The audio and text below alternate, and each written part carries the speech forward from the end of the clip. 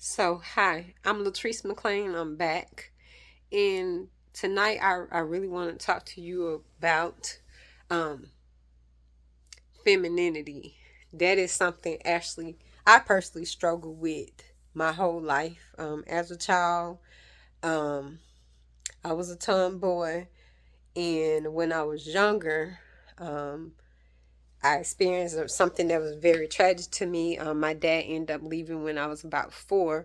And so as a result, I put on a lot of things as a result of him leaving the household.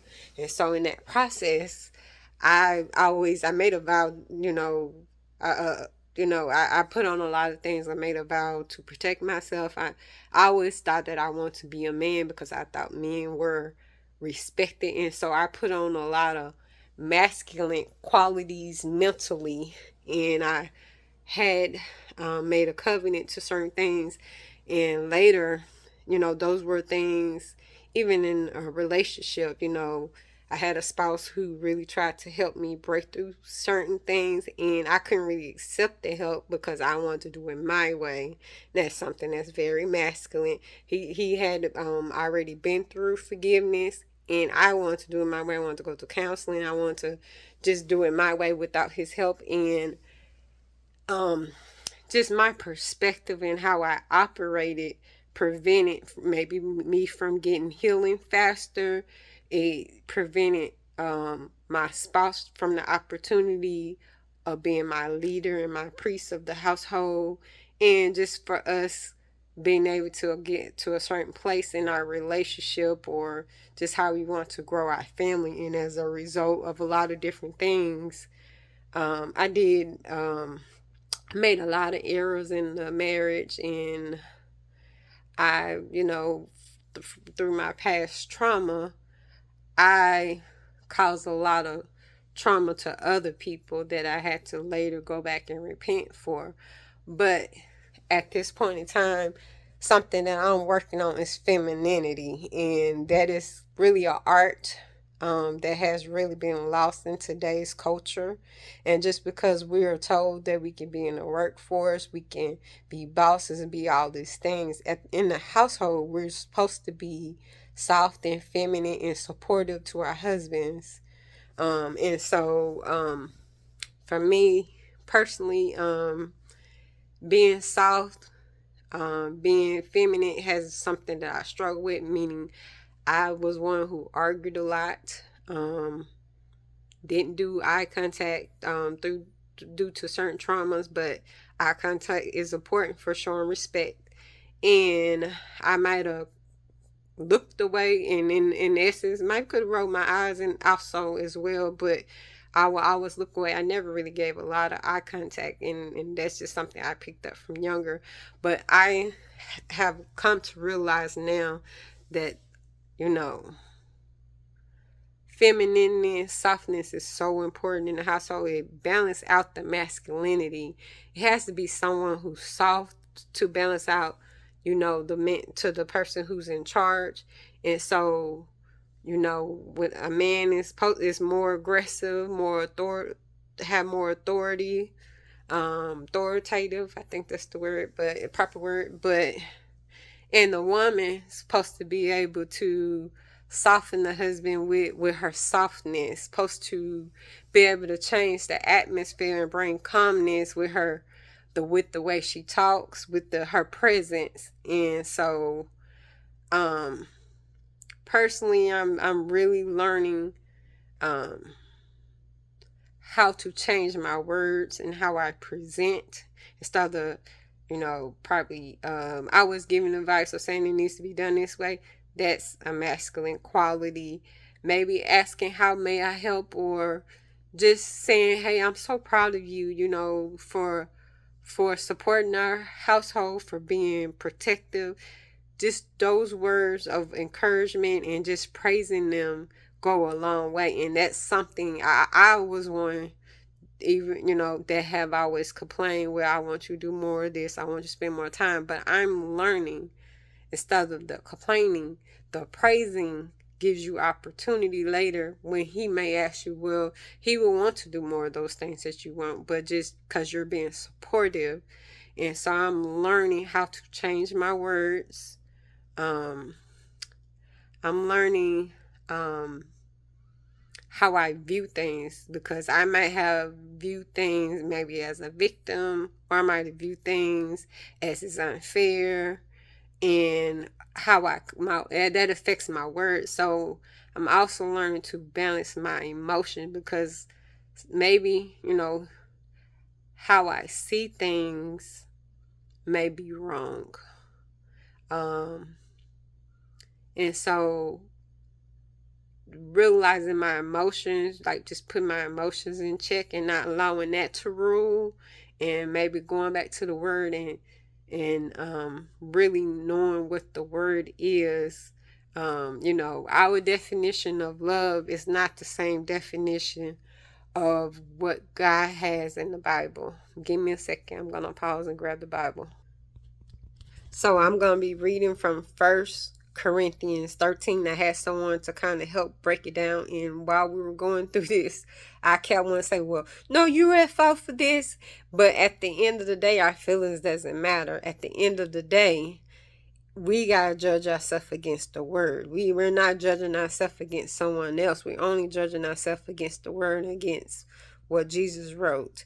And so, this is something I will be meditating all this week on. Like, I just really need to let it get in my heart and in my spirit, and really let God go in and slice, because the world's definition of love is flowers. Our definition is taking us out, just all the things that's not, it's a sign of maybe intimacy or affection, but it's not God's definition of love. And so I'm gonna be reading from First Corinthians 13, starting at verse 4, and then I'll just keep reading till I stop. Love is patient. So being patient is not going off on anyone. And we often just be explosive. So it's being patient with someone. Love is kind. I got a definition read to me. Kind is having similar traits to a thing or a person. And so in this case, it says Jesus is love, or God is love. And so the similar, the kind that we want to be like, being kind, who we want to resemble after, is Jesus. So we want to have traits after Jesus. It does not envy, so I don't want something else someone else's have. And we do, because of what was brought to my attention, because what's all over TV and what's all that we see, all the advertisement, we want lives like other people. But if we never seen all those things, we may not even want them. And so just staying in our own lane, in our own relationship, and what God bless us with, cultivating what we have in there, that's, so we not always just one, and envying what other people have make us have be incontent. I don't know, I might say the word wrong. It does not boast. So when you boast, you're talking about taking pride, having, just talking about yourself and your accolades and your ability, what you accomplish. And so I'm boasting, and that's not love. You can make him boast in Jesus Christ and what he's done in your life, but boasting in what you did, because in the end of itself, we don't change ourselves. It is only by the grace of God and the power of God. It is not proud. So just proud is almost being like, prideful, but it does not dishonor others. So we put others down to make us feel better, or we're stepping on someone to get ahead. We're dishonoring them, putting them out. It is not self-seeking. So we're putting our own needs always above other people, maybe above our children, our family, our spouses. It's not that. It is not easily angered, and that's something I struggle with a lot. And so something I had to largely work on, because it says do not go to bed angry, but I often did, and I failed at that miserably. And it keeps no record of wrong, of something I'm still working on. Always bringing up the past. That is keeping a record wrong. When we do forgive, he says that we're supposed to forget as far as east is from the west, that we know it no more. So we're supposed to move forward in love. Love does not delight in evil, but rejoices with the truth.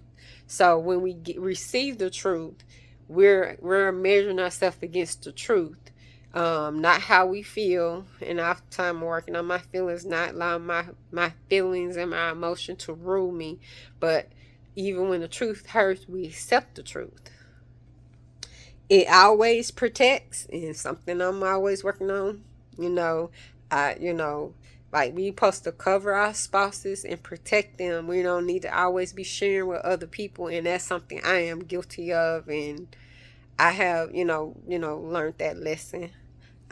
It always trust, so we should have trust in our partners, but even further than that, we should have trust in Jesus, even if we're believing God to do a work in our relationship or in relationships or with a spouse. We trust that Jesus is capable. We should present all our problems and all our cares to him. And sometimes it may require us to pray and fast and really seek him to ask. And then a lot of times it requires us to look at ourselves to see what we need to change. I always hope. So having hope is, believing for better. It always perseveres. It means that we keep enduring, even if we don't think we'll be successful. We keep enduring. We keep pressing in. We're steadfast. We're diligent. Love never fails, so we keep going. But where there are prophecies, they will cease. Where there are tongues, they will be still. Where there is knowledge, it will pass away. For we know in part, we prophesy in part. But when completeness comes, so we keep working at it, we can get complete. What's in part disappears. And when I was a child, I talked like a child, and a lot of us still talk like kids. I've had to work on that with myself. Even as adults, we still may have adult tantrums. I thought like a child. I reasoned like a child, but when I came a man, I pulled away way of childhood behavior me. We put away childish things. And so, even as an adult, we have to continue to grow. We have to hold ourselves accountable because, again, there should be maturity there, accountability. We should be wearing ourselves against the Bible. For now we see only a reflection as in the mirror, but when we shall see face to face, now I know in part, then I shall know truly, even as also I am known. And now remains faith, hope, and love, but the greatest of these is love. So with love do cover a multitude of sins, and at the end of the day, Jesus is love. So women, I encourage you to go in and start tearing down things that you might have picked up from childhood that are aggressive, that are a certain way, that are masculine qualities. Femininity is needed in the home. That your children needs it for the nurturing, because I know sometimes there may be single mothers who's raising kids, and a lot of times we take on the masculine role to be the providers and all the things, and so we may sometimes forget to be nurturers of building up our kids and pouring into them. And so women being feminine, being soft, that is a very important quality. And then as well as your spouses need it. Sometimes a lot of times we tear them down with our words and blaming them or respecting something from them, putting expectation that we shouldn't put on them, but on men, but we do, and it's actually unfair. And so that's something I'm guilty of. And we should, ask God to change how we talk, our words, and that's something I'm currently working on my asking God to change my speech, my words, instead of blaming, saying, "Hey, well, you don't do this. I would want more of this." I'm gonna try being encouraging instead and praising Him for the things that He's doing.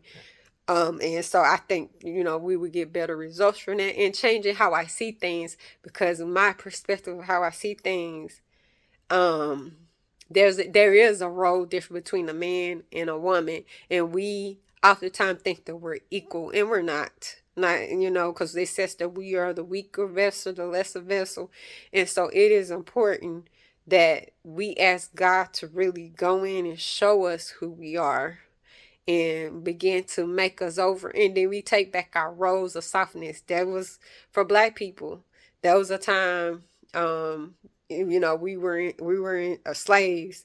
And so in those times, the family was torn apart, and women were made to take on masculine qualities, and we taught our kids a certain way to protect them from being killed, or just we were trying to protect them, and men's were emasculated. They were sold off. They oftentimes, they were emasculated. And so the black families for sure have been separated, and it's really now time for us to get back in our roles and in our place and put our families back together, as well as put our black community back together. And again, femininity, that goes for all races if you're out of place, but oftentimes it is the black community that are disenfranchised in our roles as men and women. So now is the time. Your kids depend on it. Your men depend on it. Breaking generational curses depend on it. And so I just encourage you just to seek after God and really ask Him to show you who you're supposed to be, and start taking off those survival things, those things that you're not supposed to have. You may not know that it was masculine, or it was, not who God created to be a feminine and soft, but now is the time. So I encourage you to get busy.